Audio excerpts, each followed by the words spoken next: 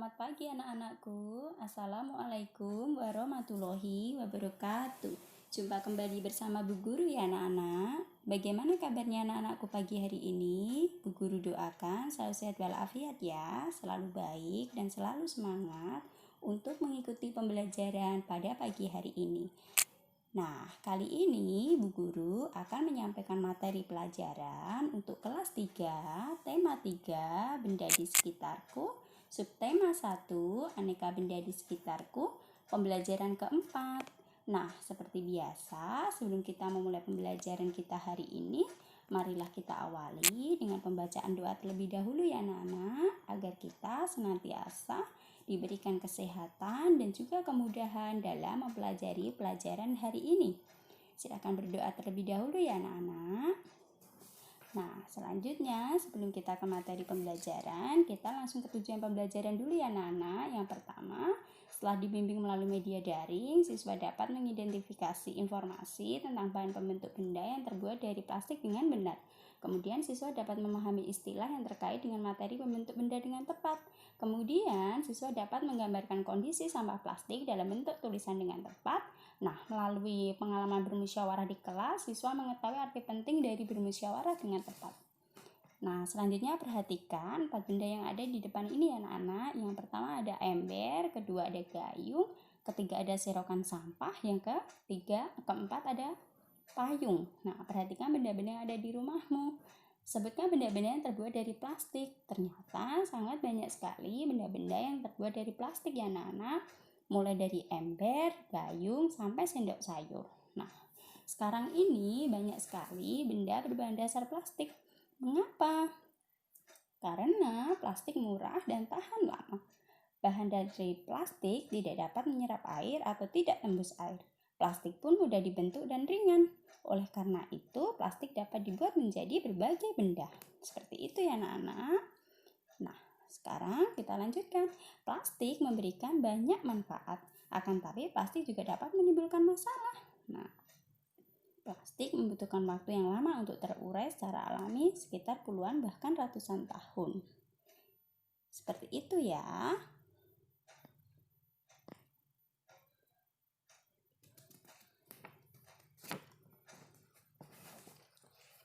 Nah, sekarang kita perhatikan tabel berikut ini. Kita akan membandingkan berapa waktu urai yang dibutuhkan. Yang pertama adalah kertas, membutuhkan waktu urai sekitar 2-5 bulan. Yang kedua adalah kardus, membutuhkan waktu 5 bulan. Yang ketiga, kulit jeruk membutuhkan waktu 6 bulan. Puntung rokok membutuhkan waktu 10 tahun, kulit sepatu membutuhkan waktu 25-40 tahun. Plastik sejenis bungkus deterjen membutuhkan waktu 50 sampai dengan 80 tahun. Wah, lama sekali ya anak-anak ya. Mau jadi apa ini bumi tercinta kita ini? Nah, selanjutnya kita akan mempelajari juga tentang waktu yang dibutuhkan plastik untuk terurai. Plastik membutuhkan waktu terurai sekitar 50 sampai 100 tahun. Nah, kemudian kaleng soft drink yang terbuat dari aluminium membutuhkan waktu 80 sampai 100 tahun. Aluminium membutuhkan waktu 80 sampai 100 tahun. Baterai membutuhkan waktu 100 tahun. Kantong plastik membutuhkan waktu 10 sampai 20 tahun. Nah, sekarang styrofoam ternyata tidak dapat diuraikan anak-anak. Wah, mau jadi apa ya bumi kita ini? Nah, anak-anak, kalian sudah dapat membayangkan kan apabila membuang kantong plastik sekarang, kantong plastik akan terurai 10 sampai 20 tahun yang akan datang. Wah, bahaya sekali. Nah, ternyata anak-anak, untuk mengurangi sampah plastik, kita dapat melakukan dengan 3 cara. Coba, yang pertama adalah reduce, yaitu mengurangi. Yang kedua yaitu reuse, artinya kita menggunakan kembali. Yang ketiga adalah recycle. Apa itu recycle? Recycle itu artinya adalah mendaur ulang. Jadi seperti itu ya anak-anak. Ada 3 cara yang harus anak-anak pelajari. Nah, selanjutnya kita akan bahas satu demi satu. Nah, reduce itu adalah mengurangi penggunaan plastik. Contohnya ketika kita berbelanja. Sebaiknya ketika kita berbelanja, kita bawa tas sendiri anak-anak. sehingga tidak perlu menggunakan kantong plastik. Jadi kita bisa berhemat apa? Berhemat plastik. Bisa menguranginya ya. Terus yang kedua adalah reuse. Apa itu reuse? Reuse adalah memanfaatkan kembali sampah plastik. Misalnya sampah kemasan botol minuman yang digunakan untuk membuat pot bunga. Wah, halaman kita jadi indah ya, karena banyak sekali bunga-bunga yang kita tanam di pot bunga dari botol minuman bekas. Seperti itu ya anak-anak. Selanjutnya yang ketiga adalah recycle. Apa sih itu recycle? Recycle adalah daur ulang sampah plastik. Biasanya dilakukan di mana? Dilakukan di pabrik. Nah, sampah plastik diolah menjadi barang baru yang dimanfaatkan lagi. Seperti itu anak-anak. Bisa paham ya arti dari recycle, reuse, dan reduce. Seperti itu ya. Nah, selanjutnya kita akan mempelajari tentang apa ini? Nah, anak-anak dapat membantu loh proses daur ulang dengan mengumpulkan dan mengelompokkan sampah plastik. Sampah plastik tidak dicampur loh anak-anak dengan sampah lainnya. Yang pertama adalah organik. Kita tempatkan ke tempat sampah yang organik. Yang kedua adalah anorganik. Nah, kita tempatkan sampah itu ke dalam anorganik. Yang ketiga adalah plastik. Kita tempatkan ke tempat sampah yang berisi plastik. Nah, selanjutnya berikan sampah plastik kepada pemulung atau petugas kebersihan. Mereka lah yang akan membawanya kemana anak-anak? Akan dibawa ke pabrik. Untuk diapakan? Untuk didaur ulang sampah. Nah, gunakan plastik dengan bijak ya anak-anak, supaya bumi kita selamat. Nah, seperti itu ya. Kemudian anak-anak telah membaca wacana di atas kan? Nah, kalian harus dapat mengurangi dan membatasi penggunaan bahan-bahan dari plastik. Seperti itu ya anak-anak, harus dikurangi. Nah, selanjutnya coba kita akan memperhatikan ya, satu demi satu. Nah, selanjutnya perhatikan anak-anak. Untuk itu, kalian harus bisa melakukan kegiatan reduce. Apa itu tadi reduce? Mengurangi. Kemudian reuse. Nah, reuse tadi apa? Memanfaatkan kembali. Dan yang terakhir adalah recycle. Apa itu tadi? Recycle artinya mendaur ulang sampah. Nah, sekarang selanjutnya diskusikanlah dengan temanmu. Apa yang dapat dilakukan untuk reduce, mengurangi, reuse, memanfaatkan kembali, dan recycle, mendaur ulang. Jadi anak-anak harus bisa ya mendiskusikan dengan semua anggota teman-temanmu supaya lebih paham mana yang reduce, reuse, dan recycle. Kemudian anak-anak bisa menuliskan hasilnya pada tabel berikut ini. Yang pertama reduce. Apa hasilnya? Coba anak-anak tuliskan. Yang kedua reuse. Kemudian anak-anak tuliskan lagi. Yang ketiga itu adalah recycle. Ditulis dengan tulisan yang rapi ya.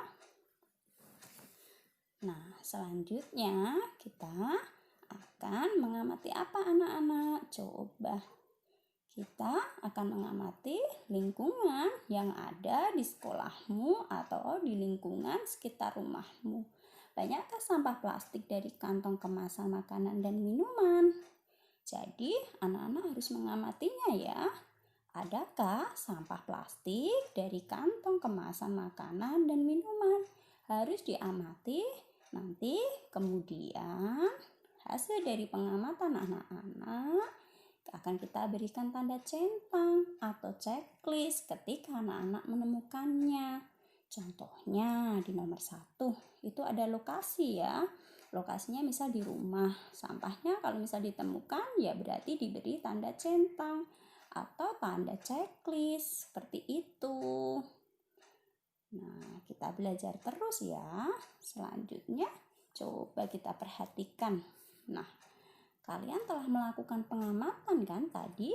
dari sampah plastik di lingkungan sekolah dan lingkungan rumah. Sekarang tugasnya anak-anak menceritakan hasil pengamatan kalian tadi secara tertulis. Ingat ya, ditulis dengan tulisan yang rapi dengan memperhatikan hurufnya ya, besar kecilnya huruf ya. Nah, selanjutnya bermusyawarah. Wah, bersama-sama dengan seluruh temanmu di kelasmu atau dengan anggota keluargamu. Tentang apa? Bermusyawarah bagaimana caranya mengurangi sampah plastik di sekolah anak-anak. Itu penting sekali loh ya, karena dengan musyawarah jika kalian menemukan masalah, maka bisa diselesaikan secara bersama-sama. Nah, kalau sudah, coba tuliskan hasil musyawarah pada kolom di bawah ini. Contoh nomor 1, ini kan ada nama siswa.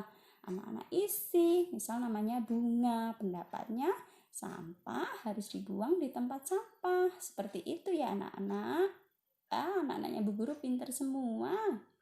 Sekarang kita coba ya menjawab pertanyaan ya. Yang pertama, apakah pendapatmu disampaikan di depan kelas?